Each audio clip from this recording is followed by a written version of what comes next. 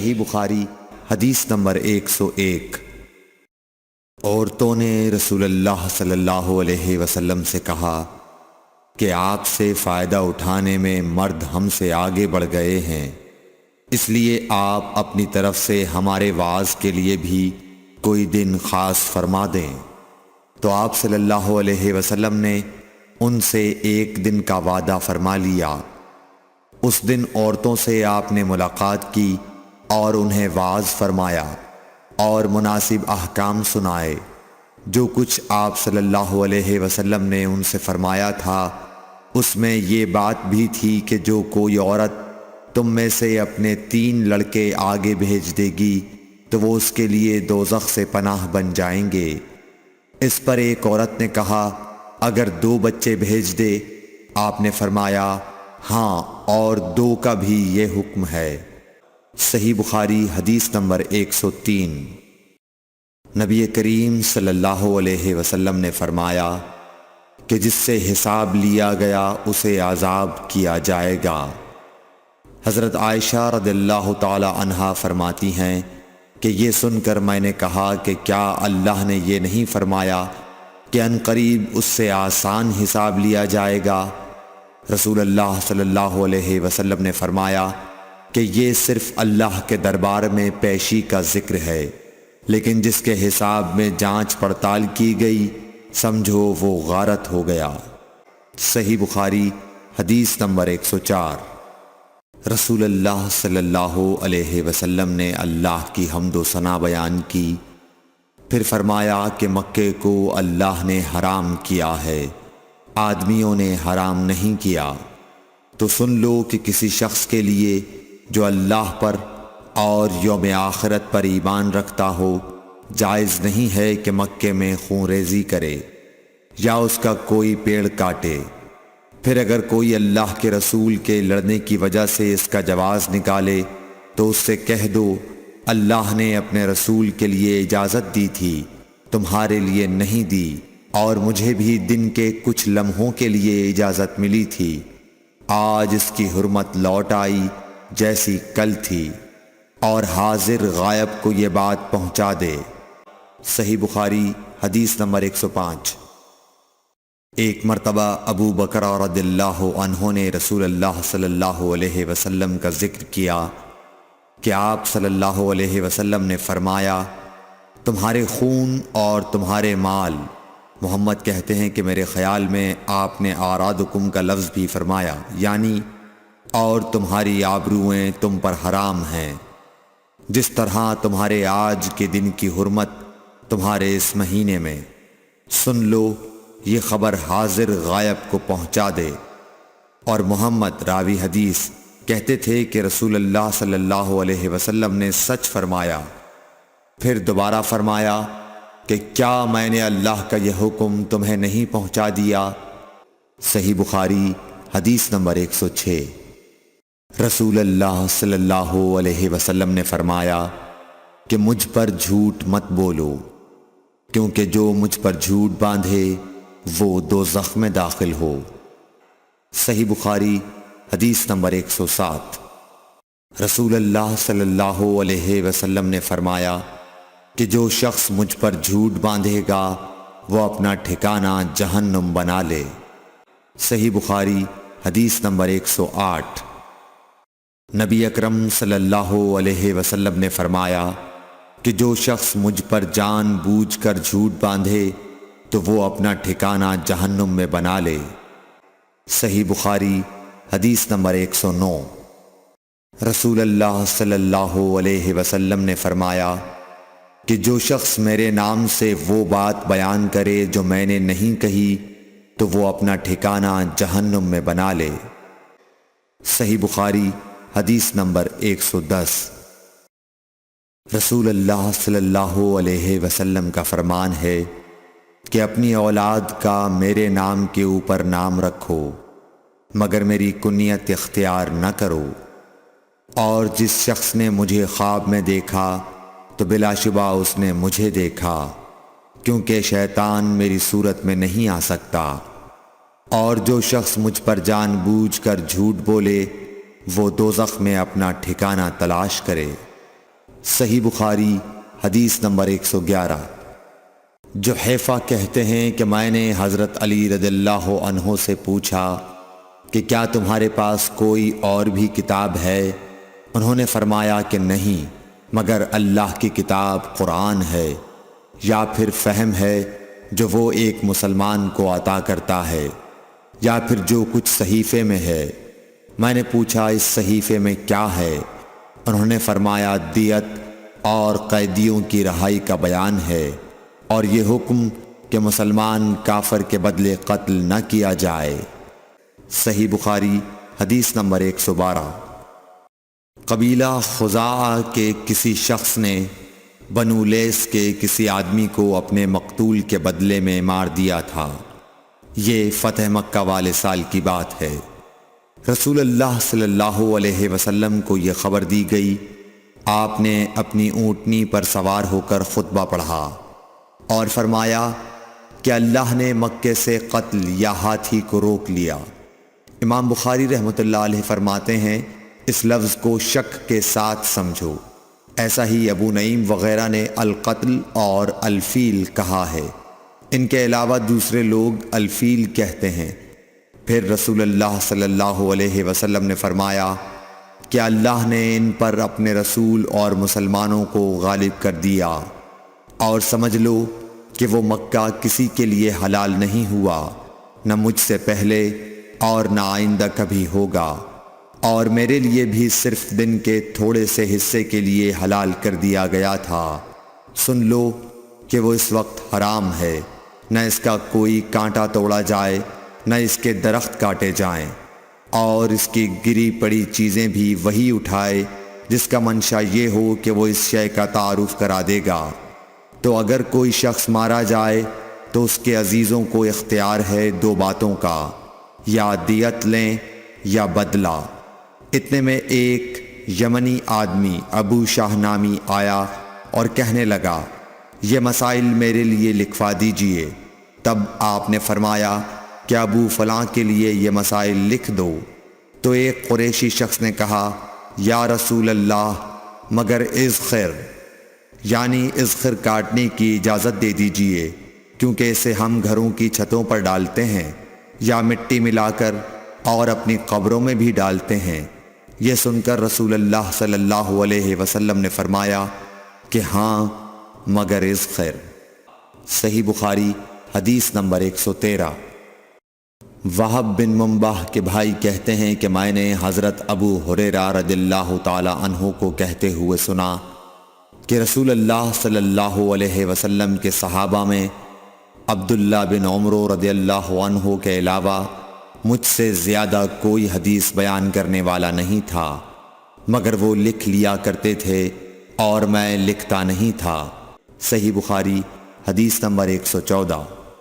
جب نبی اکرم صلی اللہ علیہ وسلم کے مرض میں شدت ہو گئی تو آپ صلی اللہ علیہ وسلم نے فرمایا کہ میرے پاس سامان کتابت لاؤ تاکہ تمہارے لیے ایک تحریر لکھ دوں، تاکہ بعد میں تم گمراہ نہ ہو سکو۔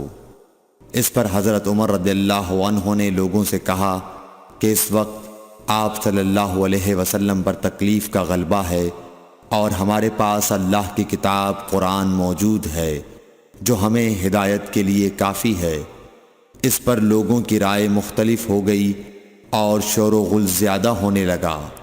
آپ صلی اللہ علیہ وسلم نے فرمایا میرے پاس سے اٹھ کھڑے ہو، میرے پاس جھگڑنا ٹھیک نہیں۔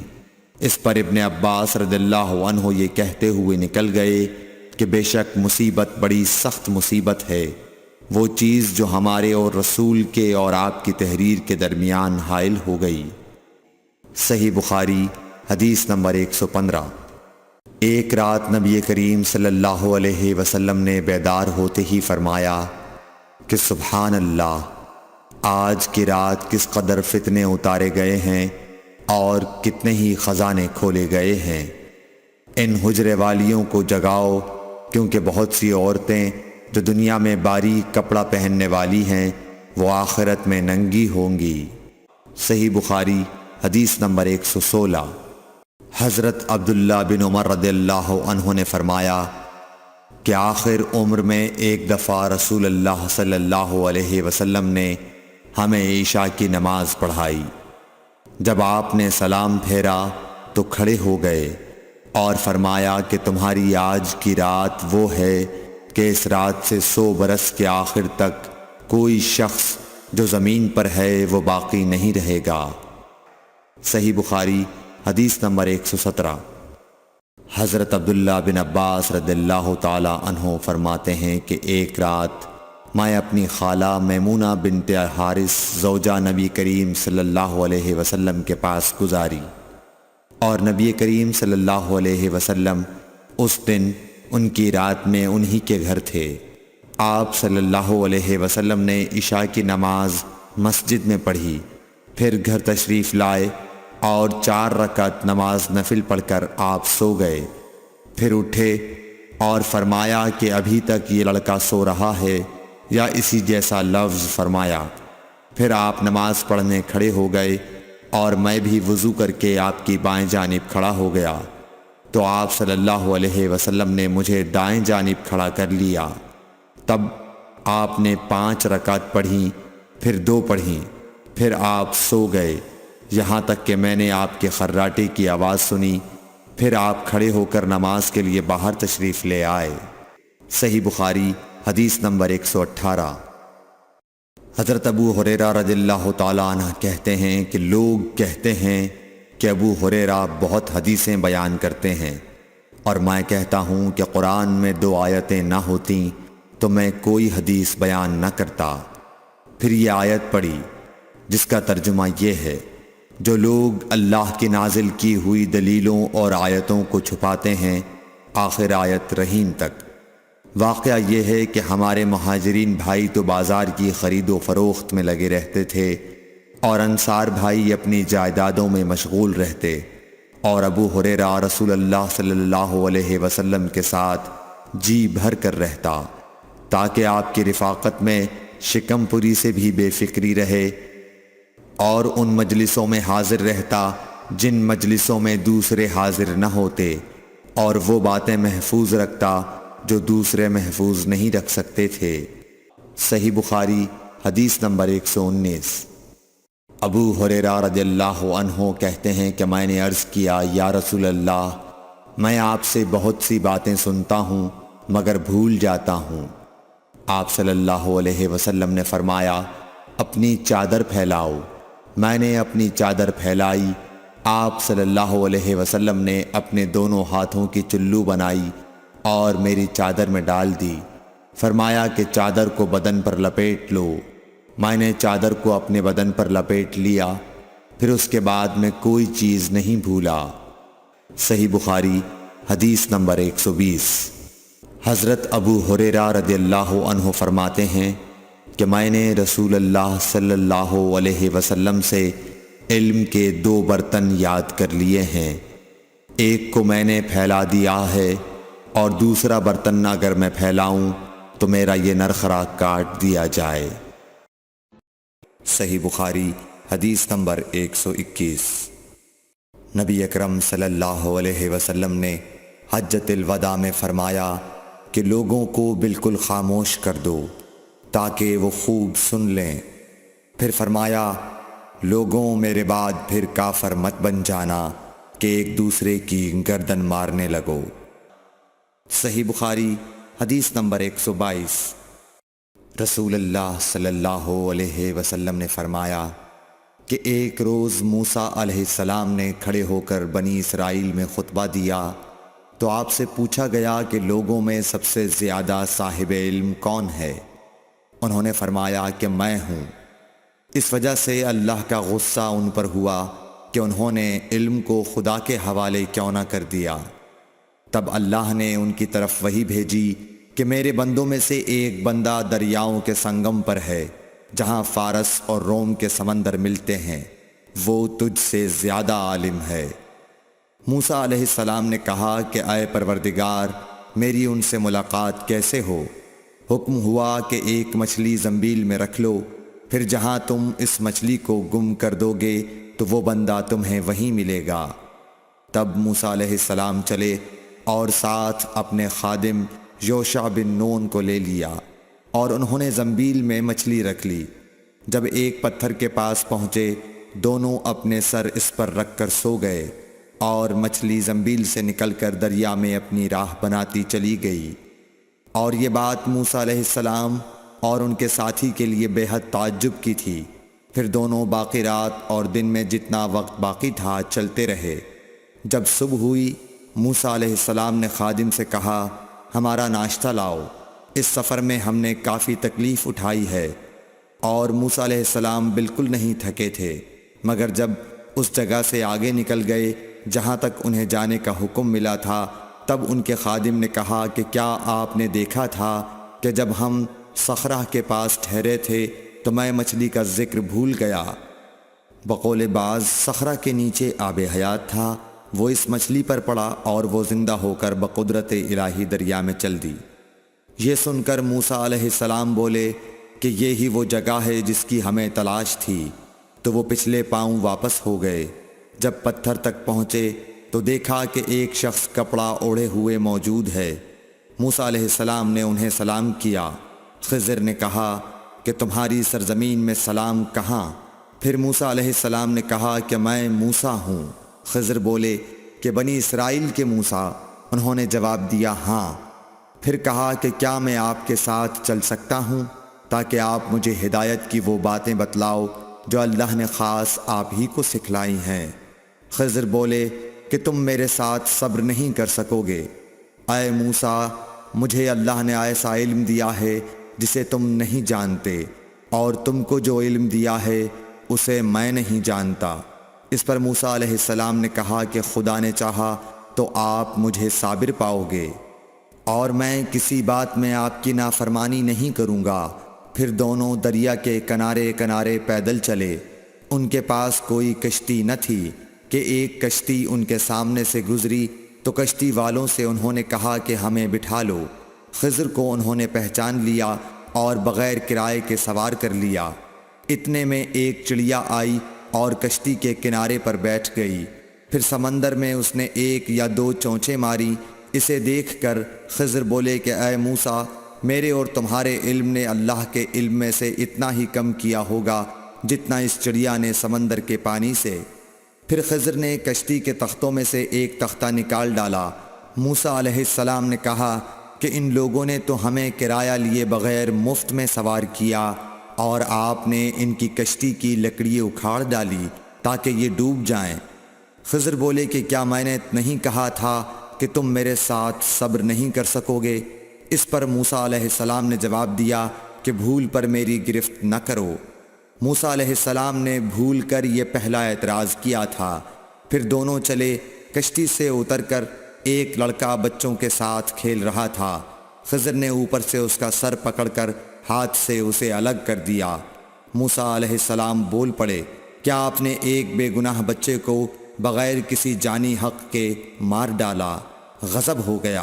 خضر بولے کہ میں نے تم سے نہیں کہا تھا کہ تم میرے ساتھ صبر نہیں کر سکو گے؟ ابن عیینہ کہتے ہیں کہ اس کلام میں پہلے سے زیادہ تاکید ہے، کیونکہ پہلے کلام میں لفظ لکا نہیں کہا تھا، اس میں لکا زائد کیا، جس سے تاکید ظاہر ہے۔ پھر دونوں چلتے رہے حتیٰ کہ ایک گاؤں والوں کے پاس آئے۔ ان سے کھانا لینا چاہا، انہوں نے کھانا کھلانے سے انکار کر دیا۔ انہوں نے وہیں دیکھا کہ ایک دیوار اسی گاؤں میں گرنے کے قریب تھی۔ خضر نے اپنے ہاتھ کے اشارے سے اسے سیدھا کر دیا۔ موسیٰ علیہ السلام بول اٹھے کہ اگر آپ چاہتے تو گاؤں والوں سے اس کام کی مزدوری لے سکتے تھے۔ خضر نے کہا کہ بس اب ہم اور تم میں جدائی کا وقت آ گیا ہے۔ جناب محبوب کبریا رسول اللہ صلی اللہ علیہ وسلم فرماتے ہیں کہ اللہ موسیٰ علیہ السلام پر رحم کرے۔ ہماری تمنا تھی کہ موسیٰ علیہ السلام کچھ دیر اور صبر کرتے تو مزید واقعات ان دونوں کے بیان کیے جاتے اور ہمارے سامنے روشنی میں آتے، مگر حضرت موسیٰ علیہ السلام کی عجلت نے اس علم لدنی کے سلسلے کو جلد ہی منقطع کرا دیا۔ صحیح بخاری حدیث نمبر 123۔ ایک شخص رسول اللہ صلی اللہ علیہ وسلم کی خدمت اقدس میں حاضر ہوا اور اس نے عرض کیا، یا رسول اللہ، اللہ کی راہ میں لڑائی کی کیا صورت ہے؟ کیونکہ ہم میں سے کوئی غصے کی وجہ سے اور کوئی غیرت کی وجہ سے جنگ کرتا ہے۔ تو آپ صلی اللہ علیہ وسلم نے اس کی طرف سر اٹھایا، اور سر اس لیے اٹھایا کہ پوچھنے والا کھڑا ہوا تھا۔ پھر آپ صلی اللہ علیہ وسلم نے فرمایا، جو اللہ کے کلمے کو سر بلند کرنے کے لیے لڑے وہ اللہ کی راہ میں لڑتا ہے۔ صحیح بخاری حدیث نمبر 124۔ رسول اللہ صلی اللہ علیہ وآلہ وسلم سے رمی کے وقت پوچھا جا رہا تھا تو ایک شخص نے عرض کیا، یا رسول اللہ، میں نے رمی سے قبل قربانی کر لی۔ آپ صلی اللہ علیہ وسلم نے فرمایا، اب رمی کر لو، کچھ حرج نہیں ہوا۔ دوسرے نے کہا، یا رسول اللہ، میں نے قربانی سے پہلے سر منڈا لیا۔ آپ صلی اللہ علیہ وسلم نے فرمایا، اب قربانی کر لو، کچھ حرج نہیں۔ اس وقت جس چیز کے بارے میں جو آگے پیچھے ہو گئی تھی آپ سے پوچھا گیا، آپ صلی اللہ علیہ وسلم نے یہی جواب دیا، اب کر لو، کچھ حرج نہیں۔ صحیح بخاری حدیث نمبر 125۔ حضرت عبداللہ بن مسعود رضی اللہ تعالی عنہ کہتے ہیں کہ ایک مرتبہ میں رسول کریم صلی اللہ علیہ وسلم کے ساتھ مدینے کے کھنڈرات میں چل رہا تھا، اور آپ کھجور کی چھڑی پر سہارا دے کر چل رہے تھے، تو کچھ یہودیوں کا ادھر سے گزر ہوا۔ ان میں سے ایک نے دوسرے سے کہا کہ آپ سے روح کے بارے میں کچھ پوچھو۔ ان میں سے کسی نے کہا، مت پوچھو، ایسا نہ ہو کہ وہ کوئی ایسی بات کہہ دیں جو تمہیں ناگوار ہو۔ مگر ان میں سے بعض نے کہا کہ ہم ضرور پوچھیں گے۔ پھر ایک شخص نے کھڑے ہو کر کہا، اے ابو القاسم، روح کیا چیز ہے؟ آپ نے خاموشی اختیار فرمائی۔ میں نے دل میں کہا کہ آپ پر وحی آ رہی ہے، اس لیے میں کھڑا ہو گیا۔ جب آپ صلی اللہ علیہ وسلم سے وہ کیفیت دور ہو گئی تو آپ صلی اللہ علیہ وسلم نے قرآن کی یہ آیت جو اس وقت نازل ہوئی تھی تلاوت فرمائی، اے نبی، تم سے یہ لوگ روح کے بارے میں پوچھ رہے ہیں، کہہ دو کہ روح میرے رب کے حکم سے ہے، اور تمہیں علم کا بہت تھوڑا حصہ دیا گیا ہے، اس لیے تم روح کی حقیقت نہیں سمجھ سکتے۔ صحیح بخاری حدیث نمبر 126۔ رسول اللہ صلی اللہ علیہ وآلہ وسلم نے ارشاد فرمایا کہ اے عائشہ، اگر تیری قوم دور جاہلیت کے ساتھ قریب نہ ہوتی بلکہ پرانی ہو گئی ہوتی، ابن زبیر نے کہا یعنی زمانہ کفر کے ساتھ قریب نہ ہوتی، تو میں کعبے کو توڑ دیتا اور اس کے لیے 2 دروازے بنا دیتا، ایک دروازے سے لوگ داخل ہوتے اور دوسرے دروازے سے باہر نکلتے۔ صحیح بخاری حدیث نمبر 127۔ حضرت علی رضی اللہ عنہ کا ارشاد ہے کہ لوگوں سے وہ باتیں کرو جنہیں وہ پہچانتے ہوں۔ کیا تمہیں یہ پسند ہے کہ لوگ اللہ اور اس کے رسول کو جھٹلا دیں؟ صحیح بخاری حدیث نمبر 128۔ ایک مرتبہ حضرت معاذ بن جبل رسول اللہ صلی اللہ علیہ وسلم کے پیچھے سواری پر سوار تھے۔ آپ نے فرمایا، اے معاذ، میں نے عرض کیا، حاضر ہوں یا رسول اللہ۔ آپ صلی اللہ علیہ وسلم نے دوبارہ فرمایا، اے معاذ، میں نے عرض کیا، حاضر ہوں اے اللہ کے رسول۔ آپ صلی اللہ علیہ وسلم نے 12 فرمایا، اے معاذ، میں نے عرض کیا، حاضر ہوں اے اللہ کے رسول۔ 3 بار ایسا ہوا۔ اس کے بعد آپ صلی اللہ علیہ وسلم نے فرمایا کہ جو شخص سچے دل سے اس بات کی گواہی دے کہ اللہ کے سوا کوئی معبود نہیں ہے اور محمد صلی اللہ علیہ وسلم اللہ کے سچے رسول ہیں، اللہ تعالیٰ اس کو دوزخ کی آگ پر حرام کر دیتا ہے۔ میں نے کہا، یا رسول اللہ، کیا اس بات سے لوگوں کو باخبر نہ کر دوں تاکہ وہ خوش ہو جائیں؟ آپ صلی اللہ علیہ وسلم نے فرمایا، اگر تم یہ خبر سناؤ گے تو لوگ اس پر بھروسہ کر بیٹھیں گے اور عمل چھوڑ دیں گے۔ صحیح بخاری حدیث نمبر 129۔ رسول کریم صلی اللہ علیہ وسلم نے ایک روز معاذ رضی اللہ عنہ سے فرمایا کہ جو شخص اللہ سے اس کیفیت کے ساتھ ملاقات کرے کہ اس نے اللہ کے ساتھ کسی کو شریک نہ کیا ہو، وہ یقیناً جنت میں داخل ہوگا۔ معاذ بولے، یا رسول اللہ، کیا میں اس بات کی لوگوں کو بشارت نہ سنا دوں؟ آپ صلی اللہ علیہ وسلم نے فرمایا، نہیں، مجھے خوف ہے کہ لوگ اس پر بھروسہ کر بیٹھیں گے۔ صحیح بخاری حدیث نمبر 130۔ ام سلیم نامی ایک عورت رسول کریم صلی اللہ علیہ وسلم کی خدمت اقدس میں حاضر ہوئیں اور عرض کیا کہ یا رسول اللہ، اللہ تعالی حق بات بیان کرنے سے نہیں شرماتا، اس لیے میں پوچھتی ہوں کہ کیا احتلام سے عورت پر بھی غسل ضروری ہے؟ آپ صلی اللہ علیہ وسلم نے فرمایا کہ ہاں، جب عورت پانی دیکھ لے، یعنی کپڑے وغیرہ پر منی کا اثر معلوم ہو۔ تو یہ سن کر حضرت ام سلمہ رضی اللہ عنہا نے شرم کی وجہ سے اپنا چہرہ چھپا لیا اور کہا، یا رسول اللہ، کیا عورت کو بھی احتلام ہوتا ہے؟ آپ نے فرمایا، ہاں، تیرے ہاتھ خاک آلود ہوں، پھر کیوں اس کا بچہ اس کی صورت کے مشابہ ہوتا ہے؟ یعنی یہی اس کے احتلام کا ثبوت ہے۔ صحیح بخاری حدیث نمبر 131۔ رسول اللہ صلی اللہ علیہ وسلم نے ایک مرتبہ فرمایا کہ درختوں میں سے ایک درخت ایسا ہے جس کے پتے کبھی نہیں جھڑتے، اور اس کی مثال مسلمان جیسی ہے، مجھے بتلاؤ وہ کیا درخت ہے؟ تو لوگ جنگلی درختوں کی سوچ میں پڑ گئے، اور عبداللہ بن عمر کے دل میں آیا کہ میں بتلا دوں کہ وہ کھجور کا پیڑ ہے۔ عبداللہ کہتے ہیں کہ پھر مجھے شرم آ گئی اور میں چپ ہی رہا۔ تب لوگوں نے عرض کیا، یا رسول اللہ، آپ ہی خود اس کے بارے میں بتلائیے۔ آپ نے فرمایا، وہ کھجور ہے۔ عبداللہ کہتے ہیں کہ میرے جی میں جو بات تھی وہ اپنے والد حضرت عمر رضی اللہ عنہ کو بتلائی۔ وہ کہنے لگے کہ اگر تو اس وقت کہہ دیتا تو میرے لیے ایسے ایسے قیمتی سرمایے سے زیادہ محبوب ہوتا۔ صحیح بخاری حدیث نمبر 132۔ حضرت علی رضی اللہ تعالی عنہ سے روایت ہے کہ میں ایسا شخص تھا جسے جریان مزی کی شکایت تھی، تو میں نے اپنے شاگرد مقداد کو حکم دیا کہ وہ رسول اللہ صلی اللہ علیہ وسلم سے دریافت کریں، تو انہوں نے آپ صلی اللہ علیہ وسلم سے اس بارے میں پوچھا۔ آپ صلی اللہ علیہ وسلم نے فرمایا کہ اس مرض میں غسل نہیں ہے، ہاں وضو فرض ہے۔ صحیح بخاری حدیث نمبر 133۔ ایک آدمی نے مسجد میں کھڑے ہو کر عرض کیا، یا رسول اللہ، آپ ہمیں کس جگہ سے احرام باندھنے کا حکم دیتے ہیں؟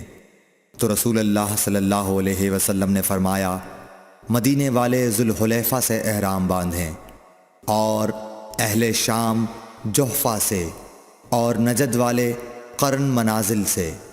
ابن عمر نے فرمایا کہ لوگوں کا خیال ہے کہ رسول اللہ صلی اللہ علیہ وسلم نے فرمایا کہ یمن والے یلملم سے احرام باندھیں، اور ابن عمر کہا کرتے تھے کہ مجھے یہ آخری جملہ رسول اللہ صلی اللہ علیہ وسلم سے یاد نہیں۔ صحیح بخاری حدیث نمبر 134۔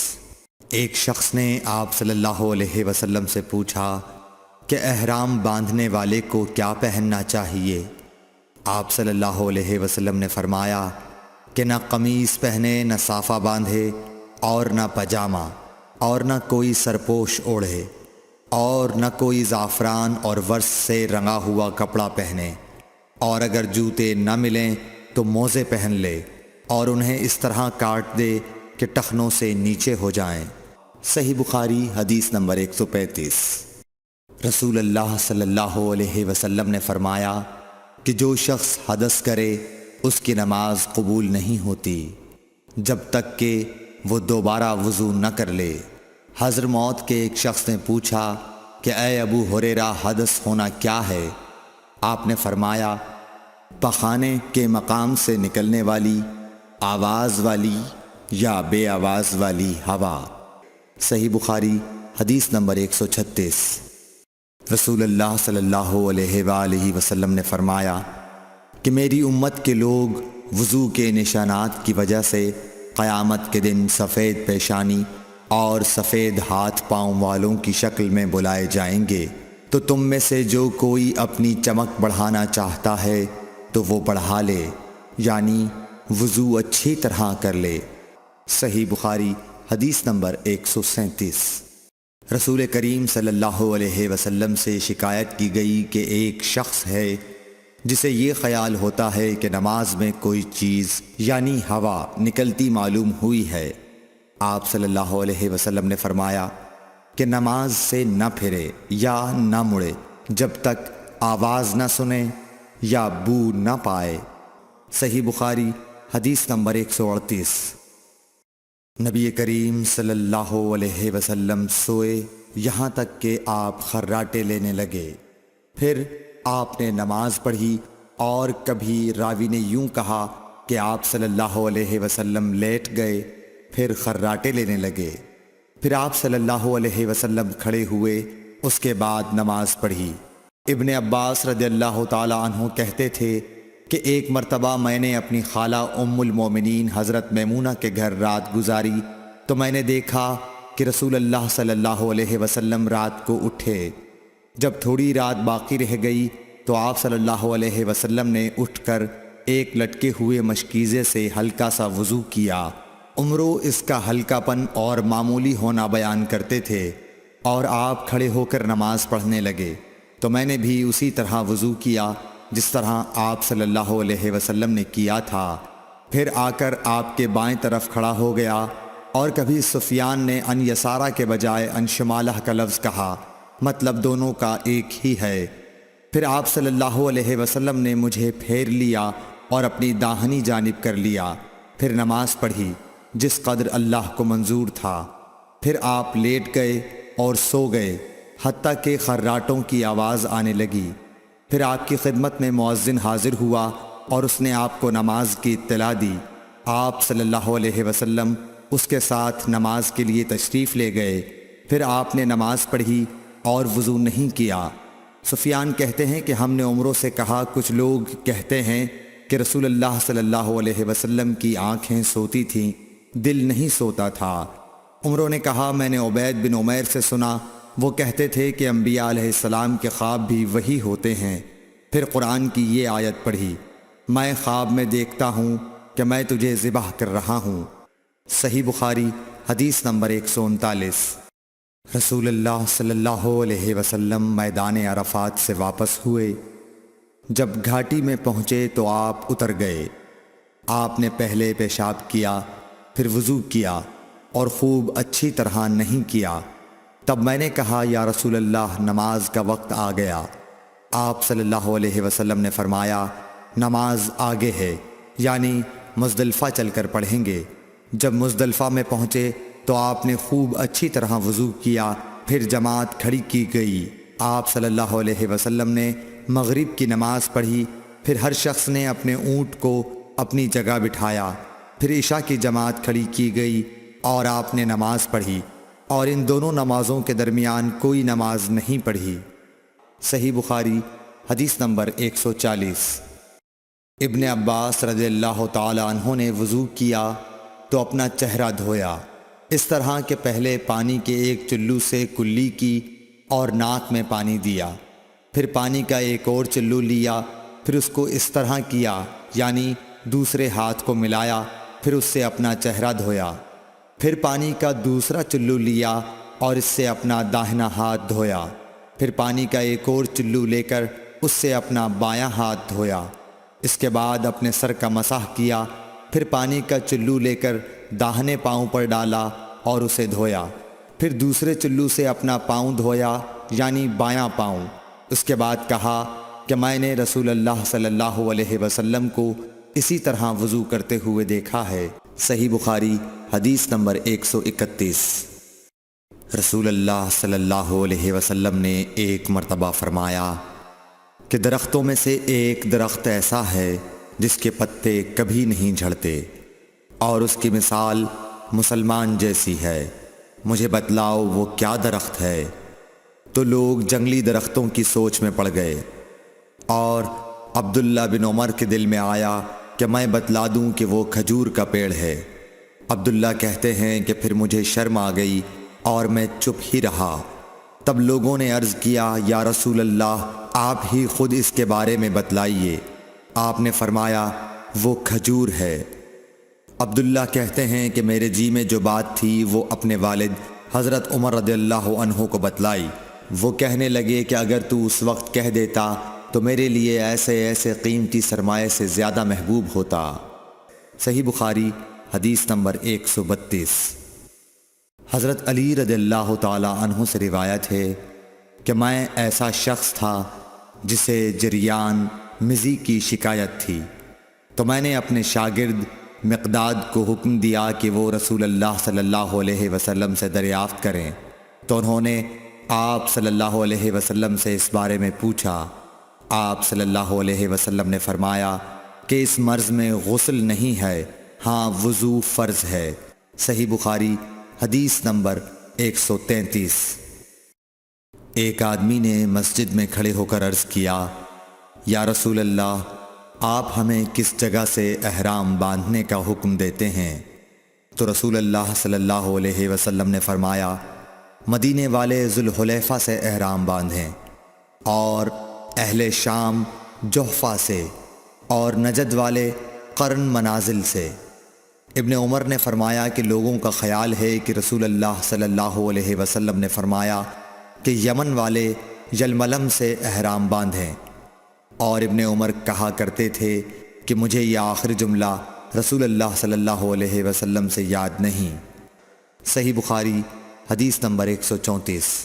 ایک شخص نے آپ صلی اللہ علیہ وسلم سے پوچھا کہ احرام باندھنے والے کو کیا پہننا چاہیے؟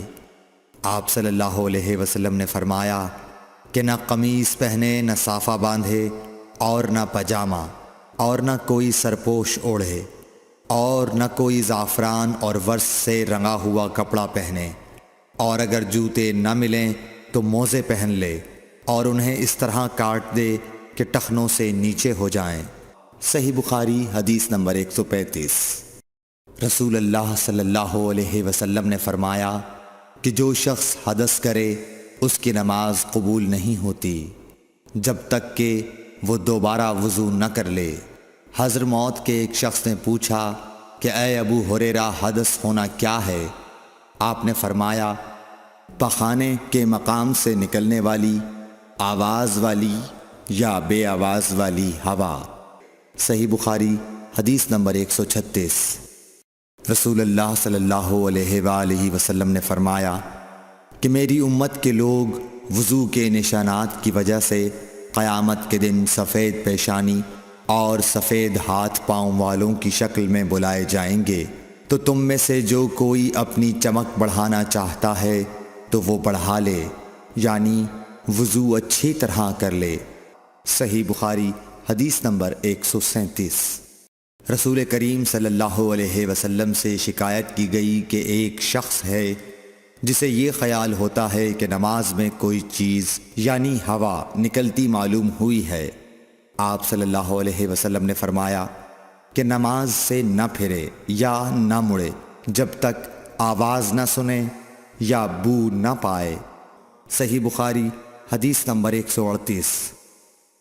نبی کریم صلی اللہ علیہ وسلم سوئے یہاں تک کہ آپ خراٹے لینے لگے، پھر آپ نے نماز پڑھی، اور کبھی راوی نے یوں کہا کہ آپ صلی اللہ علیہ وسلم لیٹ گئے، پھر خراٹے لینے لگے، پھر آپ صلی اللہ علیہ وسلم کھڑے ہوئے، اس کے بعد نماز پڑھی۔ ابن عباس رضی اللہ تعالی عنہ کہتے تھے کہ ایک مرتبہ میں نے اپنی خالہ ام المومنین حضرت میمونہ کے گھر رات گزاری، تو میں نے دیکھا کہ رسول اللہ صلی اللہ علیہ وسلم رات کو اٹھے۔ جب تھوڑی رات باقی رہ گئی تو آپ صلی اللہ علیہ وسلم نے اٹھ کر ایک لٹکے ہوئے مشکیزے سے ہلکا سا وضو کیا۔ عمرو اس کا ہلکا پن اور معمولی ہونا بیان کرتے تھے، اور آپ کھڑے ہو کر نماز پڑھنے لگے، تو میں نے بھی اسی طرح وضو کیا جس طرح آپ صلی اللہ علیہ وسلم نے کیا تھا، پھر آ کر آپ کے بائیں طرف کھڑا ہو گیا، اور کبھی سفیان نے ان یسارہ کے بجائے ان شمالہ کا لفظ کہا، مطلب دونوں کا ایک ہی ہے۔ پھر آپ صلی اللہ علیہ وسلم نے مجھے پھیر لیا اور اپنی داہنی جانب کر لیا، پھر نماز پڑھی جس قدر اللہ کو منظور تھا، پھر آپ لیٹ گئے اور سو گئے حتیٰ کہ خراٹوں کی آواز آنے لگی۔ پھر آپ کی خدمت میں مؤذن حاضر ہوا اور اس نے آپ کو نماز کی اطلاع دی۔ آپ صلی اللہ علیہ وسلم اس کے ساتھ نماز کے لیے تشریف لے گئے۔ پھر آپ نے نماز پڑھی اور وضو نہیں کیا۔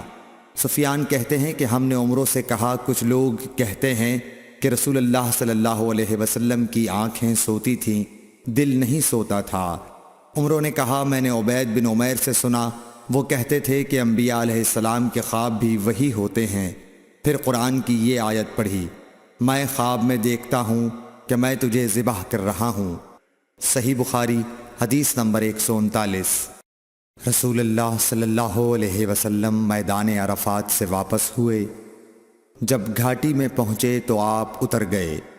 آپ نے پہلے پیشاب کیا، پھر وضو کیا اور خوب اچھی طرح نہیں کیا۔ تب میں نے کہا، یا رسول اللہ، نماز کا وقت آ گیا۔ آپ صلی اللہ علیہ وسلم نے فرمایا، نماز آگے ہے، یعنی مزدلفہ چل کر پڑھیں گے۔ جب مزدلفہ میں پہنچے تو آپ نے خوب اچھی طرح وضو کیا، پھر جماعت کھڑی کی گئی۔ آپ صلی اللہ علیہ وسلم نے مغرب کی نماز پڑھی، پھر ہر شخص نے اپنے اونٹ کو اپنی جگہ بٹھایا۔ پھر عشاء کی جماعت کھڑی کی گئی اور آپ نے نماز پڑھی، اور ان دونوں نمازوں کے درمیان کوئی نماز نہیں پڑھی۔ صحیح بخاری حدیث نمبر 140۔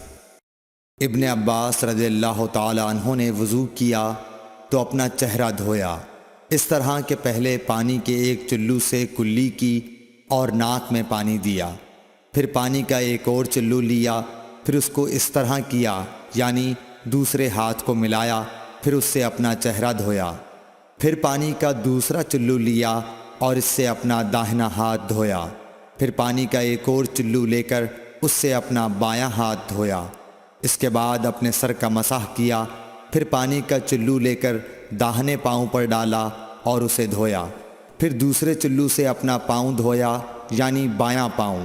اس کے بعد کہا کہ میں نے رسول اللہ صلی اللہ علیہ وسلم کو اسی طرح وضو کرتے ہوئے دیکھا ہے۔ صحیح بخاری حدیث نمبر 141۔ نبی اکرم صلی اللہ علیہ وآلہ وسلم نے فرمایا، جب تم میں سے کوئی اپنی بیوی سے جمع کرے تو کہے، اللہ کے نام کے ساتھ شروع کرتا ہوں۔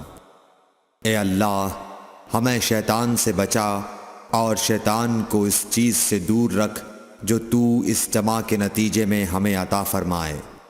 یہ دعا پڑھنے کے بعد جمع کرنے سے میاں بیوی کو جو اولاد ملے گی اسے شیطان نقصان نہیں پہنچا سکتا۔ صحیح بخاری حدیث نمبر 142۔ رسول کریم صلی اللہ علیہ وسلم جب قضاء حاجت کے لیے بیت الخلاء میں داخل ہوتے تو یہ دعا پڑھتے، اے اللہ، میں ناپاک جنوں اور ناپاک جنیوں سے تیری پناہ مانگتا ہوں۔ صحیح بخاری حدیث نمبر 143۔ ابن عباس رضی اللہ تعالی عنہ سے روایت ہے کہ نبی کریم صلی اللہ علیہ وسلم پاخانے میں تشریف لے گئے۔ میں نے پاخانے کے قریب آپ کے لیے وضو کا پانی رکھ دیا۔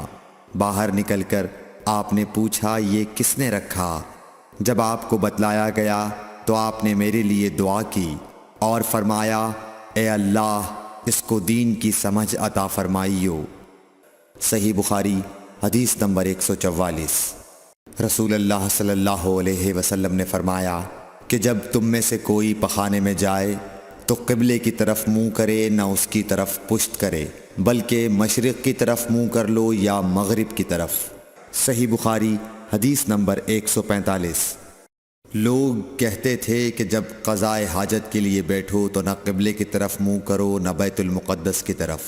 یہ سن کر عبداللہ بن عمر رضی اللہ تعالی عنہ نے فرمایا کہ ایک دن میں اپنے گھر کی چھت پر چڑھا تو میں نے حضرت صلی اللہ علیہ وسلم کو دیکھا کہ آپ بیت المقدس کی طرف منہ کر کے 2 اینٹوں پر قضاء حاجت کے لیے بیٹھے ہیں۔ پھر عبداللہ بن عمر رضی اللہ عنہ نے واسع سے کہا کہ شاید تم ان لوگوں میں سے ہو جو اپنے چوتڑوں کے بل نماز پڑھتے ہیں۔ تب میں نے کہا، اللہ کی قسم میں نہیں جانتا کہ آپ کا مطلب کیا ہے۔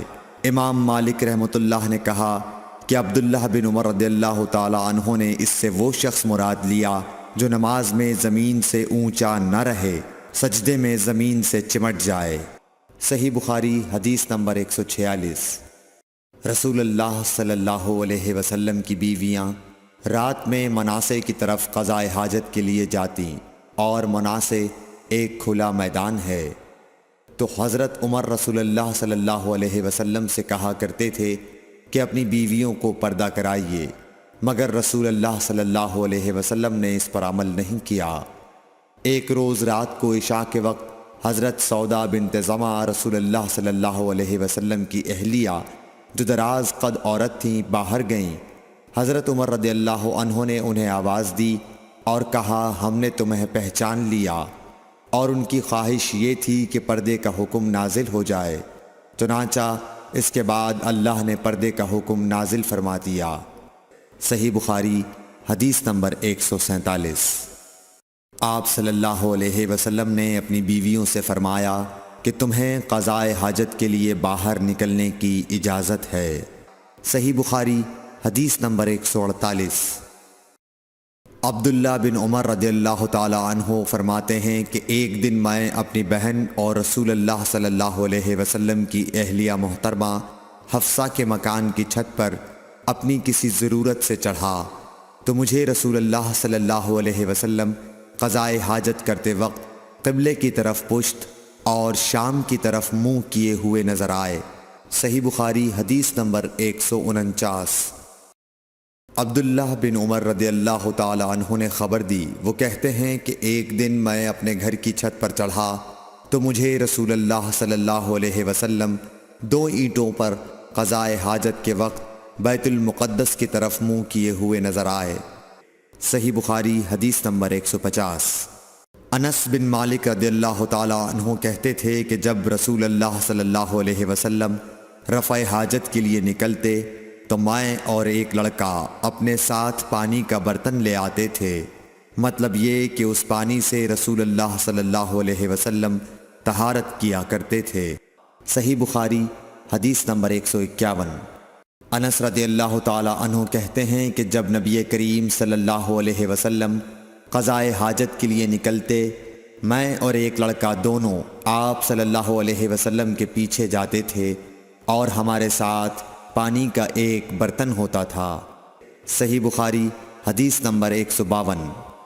انس بن مالک کہتے تھے کہ رسول اللہ صلی اللہ علیہ وسلم پخانے میں جاتے تو میں اور ایک لڑکا پانی کا برتن اور نیزہ لے کر چلتے تھے، پانی سے آپ طہارت کرتے تھے۔ صحیح بخاری حدیث نمبر 153۔ رسول اللہ صلی اللہ علیہ وسلم نے فرمایا جب تم میں سے کوئی پانی پیے تو برتن میں سانس نہ لے، اور جب پخانے میں جائے تو اپنی شرمگاہ کو داہنے ہاتھ سے نہ چھوئے اور نہ داہنے ہاتھ سے استنجا کرے۔ صحیح بخاری حدیث نمبر 154۔ نبی کریم صلی اللہ علیہ وسلم نے فرمایا جب تم میں سے کوئی پیشاب کرے تو اپنا وضو اپنے داہنے ہاتھ سے نہ پکڑے، نہ داہنے سے طہارت کرے، نہ پانی پیتے وقت برتن میں سانس لے۔ صحیح بخاری حدیث نمبر 155۔ حضرت ابو ہریرہ کہتے ہیں کہ رسول کریم صلی اللہ علیہ وسلم ایک مرتبہ رفع حاجت کے لیے تشریف لے گئے۔ آپ کی عادت مبارکہ تھی کہ آپ چلتے وقت ادھر ادھر نہیں دیکھا کرتے تھے، تو میں بھی آپ کے پیچھے آپ کے قریب پہنچ گیا۔ مجھے دیکھ کر آپ نے فرمایا کہ مجھے پتھر ڈھونڈ دو تاکہ میں ان سے پاکی حاصل کروں، یا اسی جیسا کوئی لفظ فرمایا، اور فرمایا کہ ہڈی اور گوبر نہ لانا۔ چنانچہ میں اپنے دامن میں پتھر بھر کر آپ کے پاس لے گیا اور آپ کے پہلو میں رکھ دیے اور آپ کے پاس سے ہٹ گیا۔ جب آپ قضائے حاجت سے فارغ ہوئے تو آپ نے پتھروں سے استنجا کیا۔ صحیح بخاری حدیث نمبر 156۔ عبداللہ بن مسعود رضی اللہ تعالی عنہ کہتے تھے کہ نبی کریم صلی اللہ علیہ وسلم رفع حاجت کے لیے گئے تو آپ نے مجھے فرمایا کہ میں 3 پتھر تلاش کر کے آپ کے پاس لاؤں، لیکن مجھے 2 پتھر ملے، تیسرا ڈھونڈا مگر مل نہ سکا، تو میں نے خشک گوبر اٹھا لیا، اس کو لے کر آپ کے پاس آ گیا۔ آپ نے پتھر تو لے لیے مگر گوبر پھینک دیا اور فرمایا یہ خود ناپاک ہے۔ صحیح بخاری حدیث نمبر 157۔ ابن عباس رضی اللہ تعالی عنہ کہتے ہیں کہ رسول اللہ صلی اللہ علیہ وسلم نے وضو میں ہر عضو کو ایک ایک مرتبہ دھویا۔ صحیح بخاری حدیث نمبر 158۔ عبداللہ بن زید رضی اللہ تعالی عنہ بیان کرتے ہیں کہ نبی کریم صلی اللہ علیہ وسلم نے وضو میں اعضاء کو 2 بار دھویا۔ صحیح بخاری حدیث نمبر 159۔ حضرت عثمان بن عفان رضی اللہ تعالی عنہ نے پانی کا برتن مانگا اور لے کر پہلے اپنی ہتھیلیوں پر 3 مرتبہ پانی ڈالا، پھر انہیں دھویا۔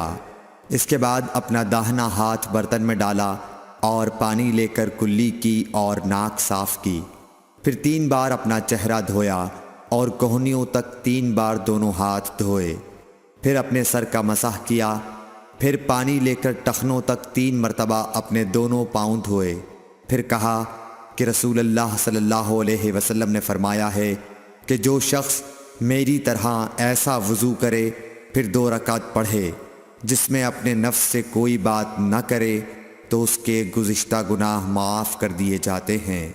صحیح بخاری حدیث نمبر 160۔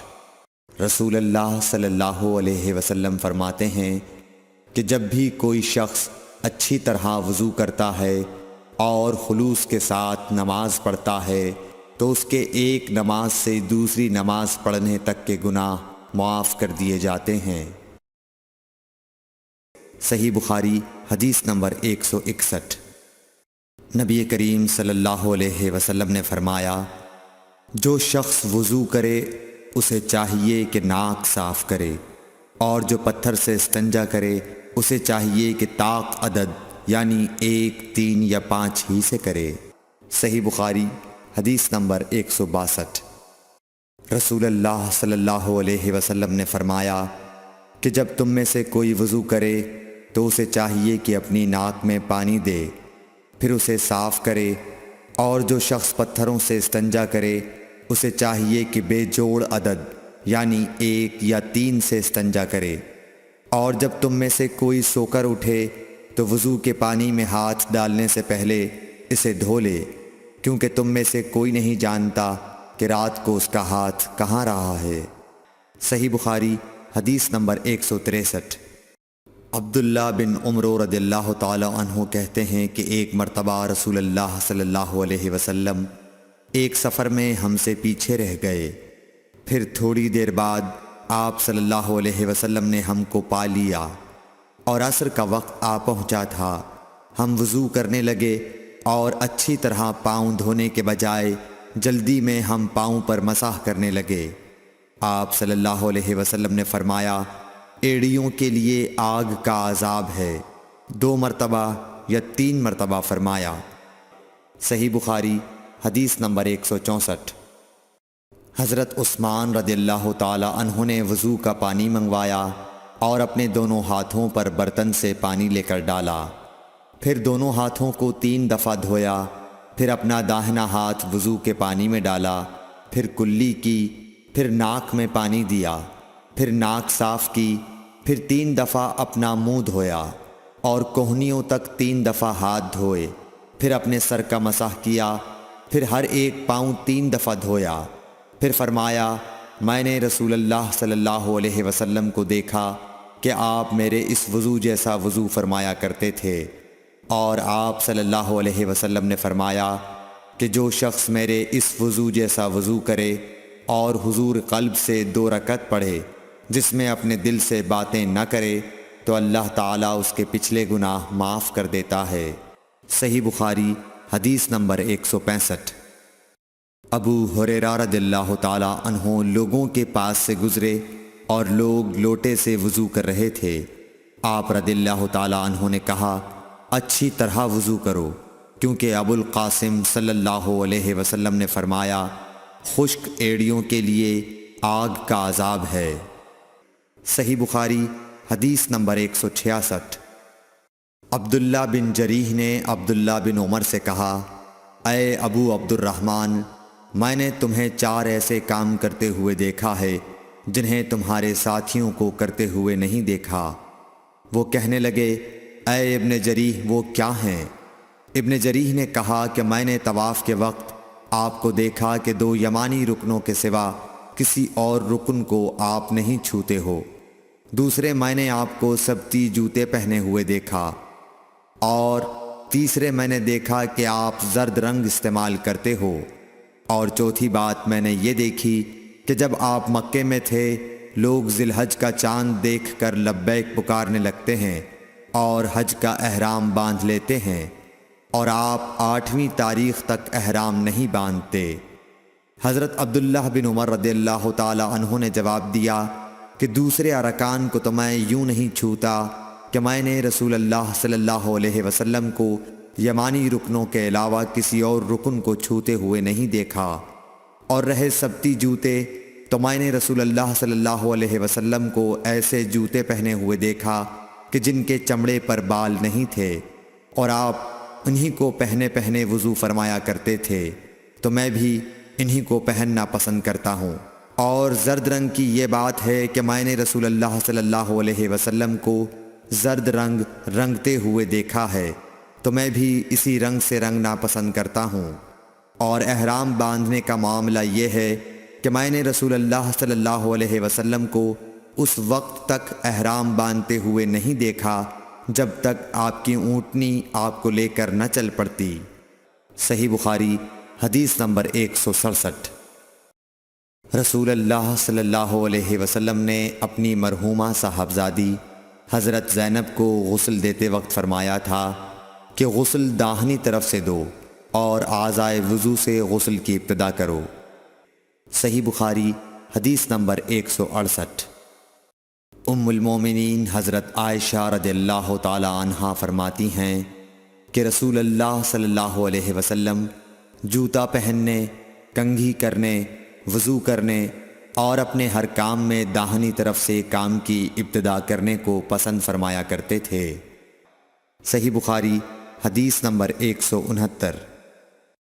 انس بن مالک رضی اللہ تعالی عنہ فرماتے ہیں کہ میں نے رسول اللہ صلی اللہ علیہ وسلم کو دیکھا کہ نماز عصر کا وقت آ گیا، لوگوں نے پانی تلاش کیا، جب انہیں پانی نہ ملا تو رسول اللہ صلی اللہ علیہ وسلم کے پاس ایک برتن میں وضو کے لیے پانی لایا گیا۔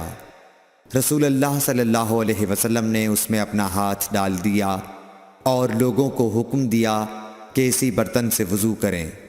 حضرت انس رضی اللہ تعالی عنہ کہتے ہیں کہ میں نے دیکھا کہ آپ کی انگلیوں کے نیچے سے پانی چشمے کی طرح ابل رہا تھا، یہاں تک کہ قافلے کے آخری آدمی نے بھی وضو کر لیا۔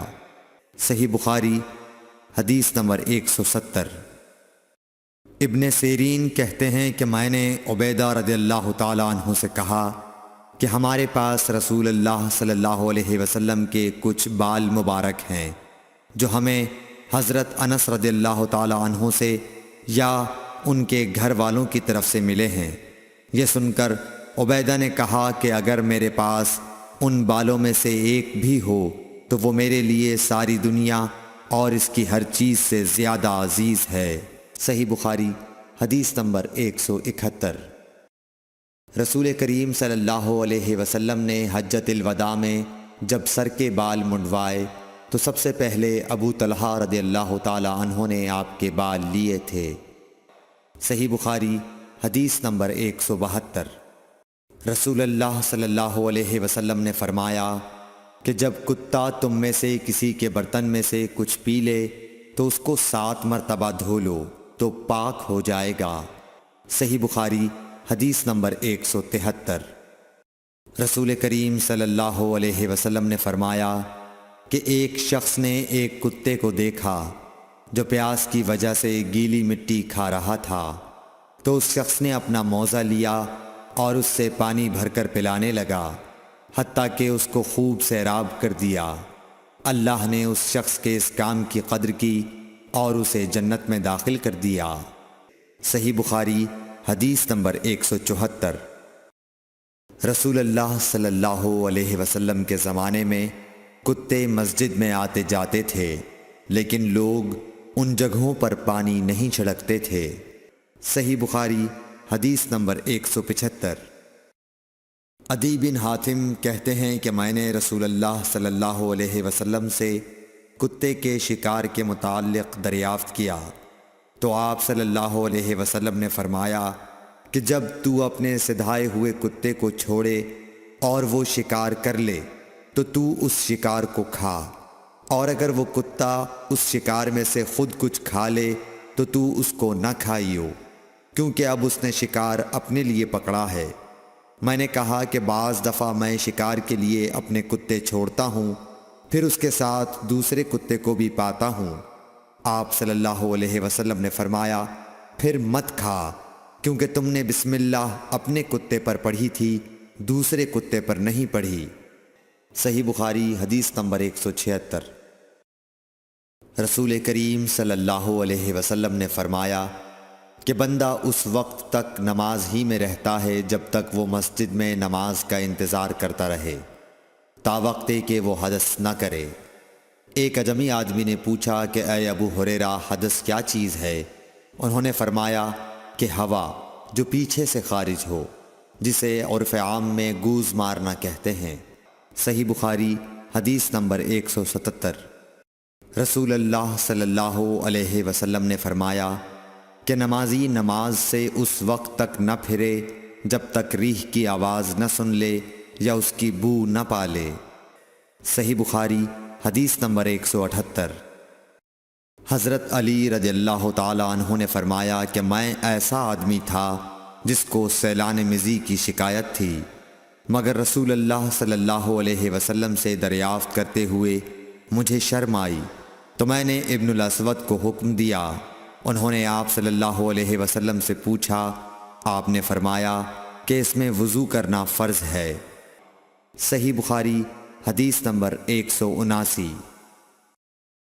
زید بن خالد نے حضرت عثمان بن عفان رضی اللہ تعالیٰ عنہ سے پوچھا کہ اگر کوئی شخص صحبت کرے اور منی نہ نکلے، فرمایا کہ وضو کرے جس طرح نماز کے لیے وضو کرتا ہے، اور اپنے وضو کو دھو لے۔ حضرت عثمان رضی اللہ تعالیٰ عنہ کہتے ہیں کہ یہ میں نے رسول اللہ صلی اللہ علیہ وسلم سے سنا ہے۔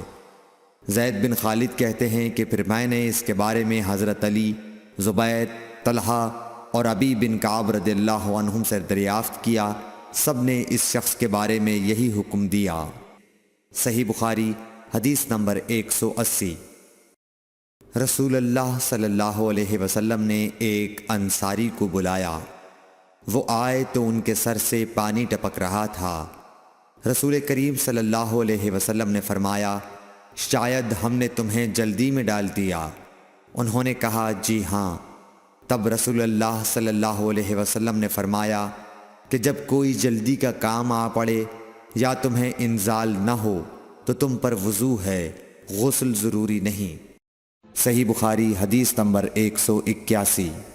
رسول کریم صلی اللہ علیہ وسلم جب عرفہ سے لوٹے تو پہاڑ کی گھاٹی کی جانب مڑ گئے اور رفع حاجت کی۔ اسامہ کہتے ہیں کہ پھر آپ نے وضو کیا اور میں آپ صلی اللہ علیہ وسلم کے اعضاء پر پانی ڈالنے لگا اور آپ وضو فرماتے رہے۔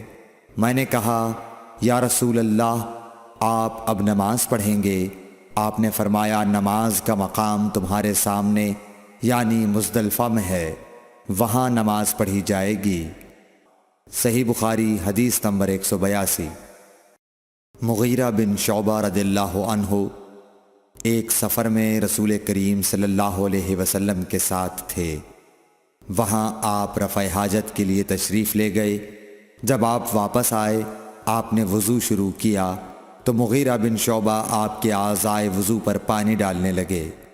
آپ صلی اللہ علیہ وسلم وضو کر رہے تھے۔ آپ نے اپنے منہ اور ہاتھوں کو دھویا، سر کا مسح کیا اور موزوں پر مسح کیا۔ صحیح بخاری حدیث نمبر 183۔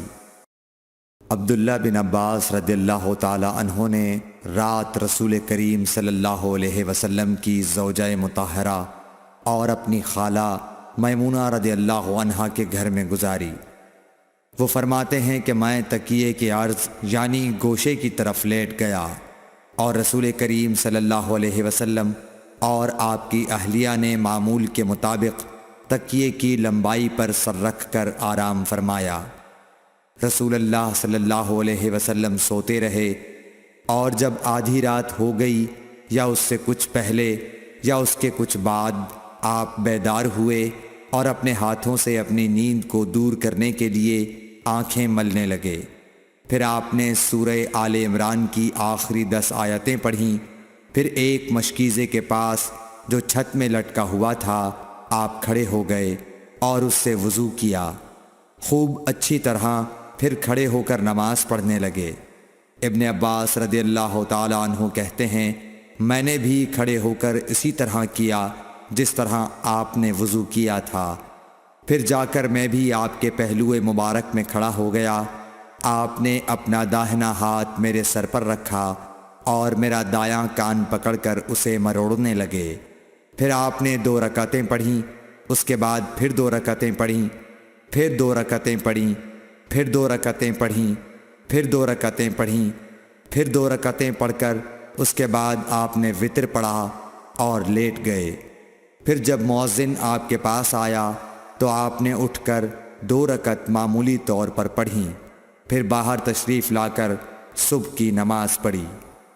صحیح بخاری حدیث نمبر 184۔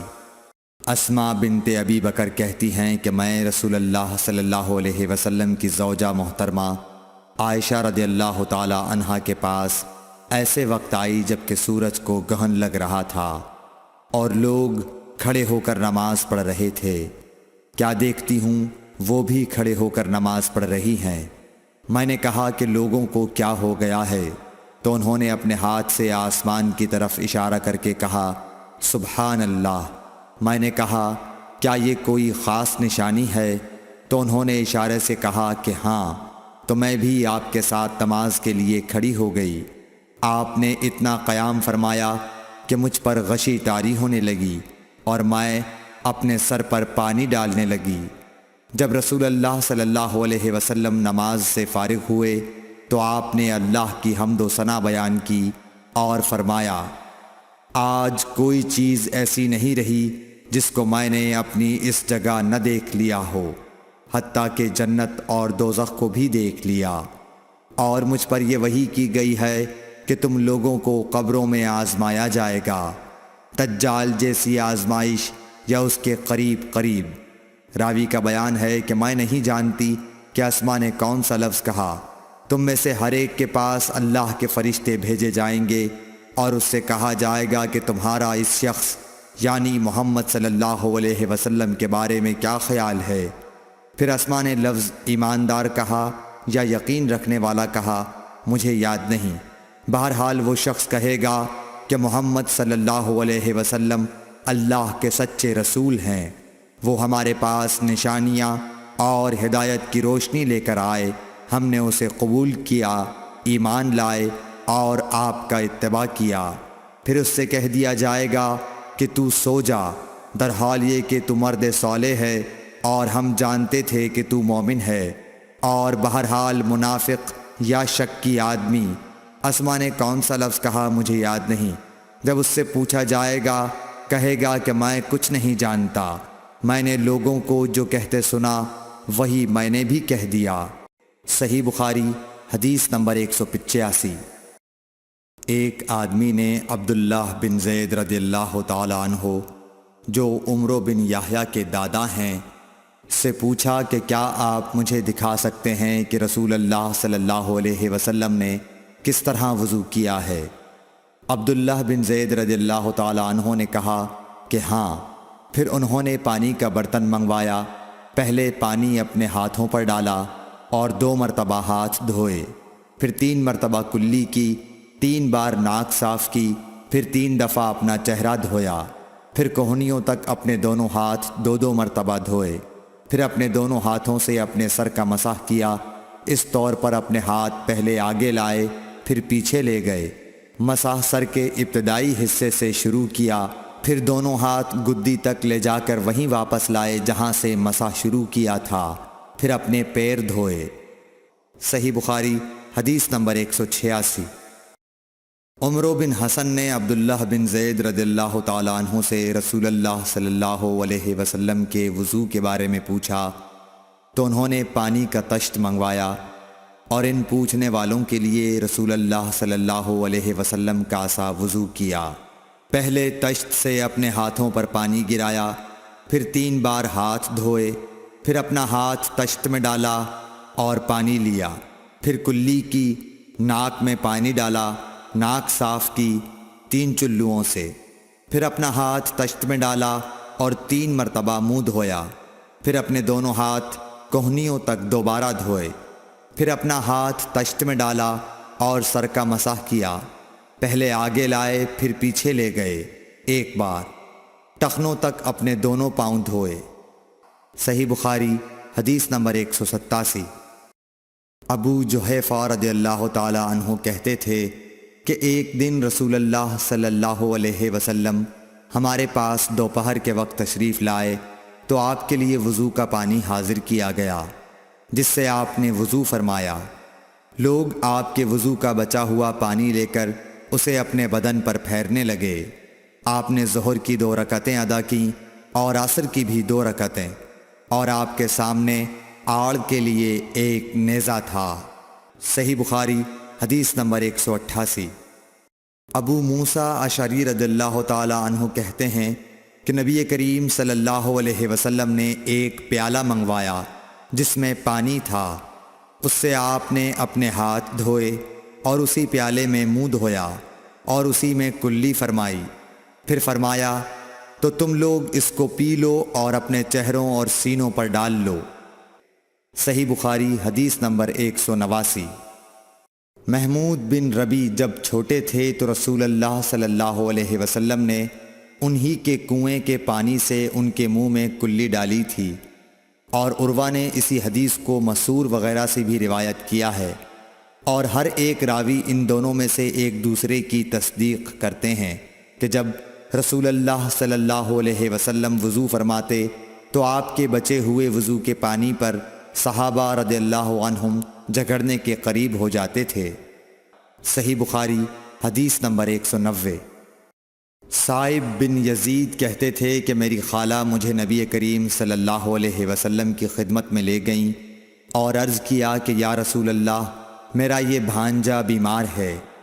آپ صلی اللہ علیہ وسلم نے میرے سر پر اپنا ہاتھ پھیرا اور میرے لیے برکت کی دعا فرمائی، پھر آپ نے وضو کیا اور میں نے آپ کے وضو کا بچا ہوا پانی پیا، پھر میں آپ کی کمر کے پیچھے کھڑا ہو گیا اور میں نے مہر نبوت دیکھی جو آپ کے مونڈھوں کے درمیان ایسی تھی جیسے چھپر کھٹ کی گھنڈی یا کبوتر کا انڈا۔ صحیح بخاری حدیث نمبر 191۔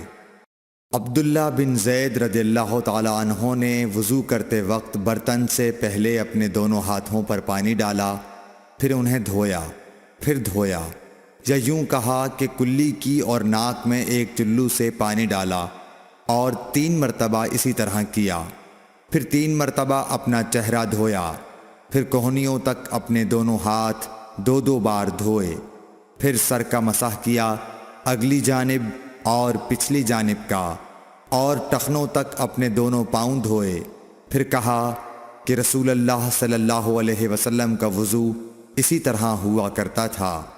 صحیح بخاری حدیث نمبر 192۔ عبداللہ بن زید رضی اللہ تعالی عنہ سے رسول کریم صلی اللہ علیہ وسلم کے وضو کے بارے میں پوچھا تو عبداللہ بن زید رضی اللہ عنہ نے پانی کا ایک تشت منگوایا، پھر ان لوگوں کے دکھانے کے لیے وضو شروع کیا۔ پہلے تشت سے اپنے ہاتھوں پر پانی گرایا، پھر انہیں 3 بار دھویا، پھر اپنا ہاتھ برتن کے اندر ڈالا، پھر کلی کی اور ناک میں پانی ڈال کر ناک صاف کی 3 چلوؤں سے 3 دفعہ، پھر اپنا ہاتھ برتن کے اندر ڈالا اور اپنے منہ کو 3 بار دھویا، پھر اپنا ہاتھ برتن کے اندر ڈالا اور دونوں ہاتھ کوہنیوں تک 2 بار دھوئے، پھر سر پر مسح کیا، اس طرح کہ پہلے آگے کی طرف اپنا ہاتھ لائے، پھر پیچھے کی طرف لے گئے، پھر برتن میں اپنا ہاتھ ڈالا اور اپنے دونوں پاؤں دھوئے۔ دوسری روایت میں ہم سے موسیٰ نے ان سے وہیب نے بیان کیا کہ آپ نے سر کا مسح 1 دفعہ کیا۔ صحیح بخاری حدیث نمبر 193۔ رسول کریم صلی اللہ علیہ وسلم کے زمانے میں عورت اور مرد سب ایک ساتھ ایک ہی برتن سے وضو کیا کرتے تھے، یعنی وہ مرد اور عورتیں جو ایک دوسرے کے محرم ہوتے۔ صحیح بخاری حدیث نمبر 194۔ حضرت جابر رضی اللہ تعالی عنہ کہتے تھے کہ رسول کریم صلی اللہ علیہ وسلم میری مزاج پرسی کے لیے تشریف لائے۔ میں بیمار تھا، ایسا کہ مجھے ہوش تک نہیں تھا۔ آپ نے وضو کیا اور اپنے وضو کا پانی مجھ پر چھڑکا تو مجھے ہوش آ گیا۔ میں نے عرض کیا، یا رسول اللہ، میرا وارث کون ہوگا؟ میرا تو صرف ایک کلالہ وارث ہے۔ اس پر آیت میراث نازل ہوئی۔ صحیح بخاری حدیث نمبر 195۔ ایک مرتبہ نماز کا وقت آ گیا تو جس شخص کا مکان قریب ہی تھا وہ وضو کرنے اپنے گھر چلا گیا، اور کچھ لوگ جن کے مکان دور تھے رہ گئے۔ تو رسول کریم صلی اللہ علیہ وسلم کے پاس پتھر کا ایک لگن لایا گیا جس میں کچھ پانی تھا، اور وہ اتنا چھوٹا تھا کہ آپ اس میں اپنی ہتھیلی نہیں پھیلا سکتے تھے، مگر سب نے اس برتن کے پانی سے وضو کر لیا۔ ہم نے حضرت انس رضی اللہ عنہ سے پوچھا کہ تم کتنے نفر تھے؟ کہا 80 سے کچھ زیادہ ہی تھے۔ صحیح بخاری حدیث نمبر 196۔ رسول کریم صلی اللہ علیہ وسلم نے ایک پیالہ منگوایا جس میں پانی تھا، پھر اس میں آپ نے اپنے دونوں ہاتھوں اور چہرے کو دھویا اور اسی میں کلی کی۔ صحیح بخاری حدیث نمبر 197۔ عبداللہ بن زید کہتے ہیں کہ رسول کریم صلی اللہ علیہ وسلم ہمارے گھر تشریف لائے۔ ہم نے آپ صلی اللہ علیہ وسلم کے لیے تانبے کے برتن میں پانی نکالا، اس سے آپ نے وضو کیا، 3 بار چہرہ دھویا، 2 بار ہاتھ دھوئے اور سر کا مسح کیا، اس طرح کہ پہلے آگے کی طرف ہاتھ لائے، پھر پیچھے کی جانب لے گئے اور پیر دھوئے۔ صحیح بخاری حدیث نمبر 198۔ حضرت عائشہ رضی اللہ تعالی عنہا نے فرمایا کہ جب رسول کریم صلی اللہ علیہ وسلم بیمار ہوئے اور آپ کی بیماری زیادہ ہو گئی تو آپ نے اپنی دوسری بیویوں سے اس بات کی اجازت لے لی کہ آپ کی تیمارداری میرے ہی گھر کی جائے۔ انہوں نے آپ کو اجازت دے دی۔ ایک روز رسول کریم صلی اللہ علیہ وسلم 2 آدمیوں کے درمیان سہارا لے کر گھر سے نکلے۔ آپ کے پاؤں کمزوری کی وجہ سے زمین پر گھسٹتے جاتے تھے۔ حضرت عباس رضی اللہ تعالی عنہ اور ایک آدمی کے درمیان آپ باہر نکلے تھے۔ عبید اللہ راوی حدیث کہتے ہیں کہ میں نے یہ حدیث عبداللہ بن عباس رضی اللہ تعالی عنہ کو سنائی تو وہ بولے، تم جانتے ہو دوسرا آدمی کون تھا؟ میں نے عرض کیا کہ نہیں۔ کہنے لگے وہ علی رضی اللہ تعالی عنہ تھے۔ پھر حضرت عائشہ رضی اللہ تعالی عنہا فرماتی تھیں کہ جب نبی کریم صلی اللہ علیہ وسلم اپنے گھر میں داخل ہوئے اور آپ کا مرض بڑھ گیا تو آپ نے فرمایا، میرے اوپر ایسی 7 مشکوں کا پانی ڈالو جن کے سربند نہ کھولے گئے ہوں، تاکہ میں سکون کے بعد لوگوں کو کچھ وصیت کروں۔ چنانچہ آپ کو حضرت حفصہ رسول اللہ صلی اللہ علیہ وسلم کی دوسری بیوی کے لگن میں جو تانبے کا تھا بٹھا دیا گیا، اور ہم نے آپ پر ان مشکوں سے پانی بہانا شروع کیا۔ جب آپ ہم کو اشارہ فرمانے لگے کہ بس اب تم نے اپنا کام پورا کر دیا تو اس کے بعد آپ لوگوں کے پاس باہر تشریف لے گئے۔ صحیح بخاری حدیث نمبر 199۔ عمرو بن یحییٰ نے اپنے باپ یحییٰ کے واسطے سے بیان کیا، وہ کہتے ہیں کہ میرے چچا بہت وضو کیا کرتے تھے، یا یہ کہ وضو میں بہت پانی بہاتے تھے۔ ایک دن انہوں نے عبداللہ بن زید رضی اللہ تعالی عنہ سے کہا کہ مجھے بتلائیے رسول اللہ صلی اللہ علیہ وسلم کس طرح وضو کیا کرتے تھے۔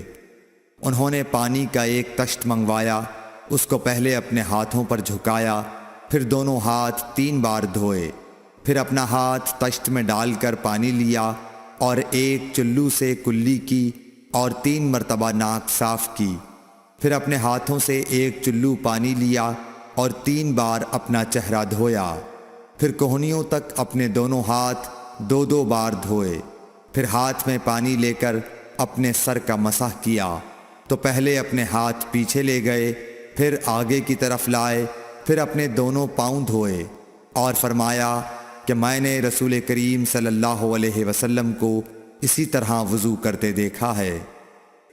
صحیح بخاری حدیث نمبر 200۔ رسول کریم صلی اللہ علیہ وسلم نے پانی کا ایک برتن طلب فرمایا تو آپ کے لیے ایک چوڑے منہ کا پیالہ لایا گیا جس میں کچھ تھوڑا پانی تھا۔ آپ نے اپنی انگلیاں اس میں ڈال دیں۔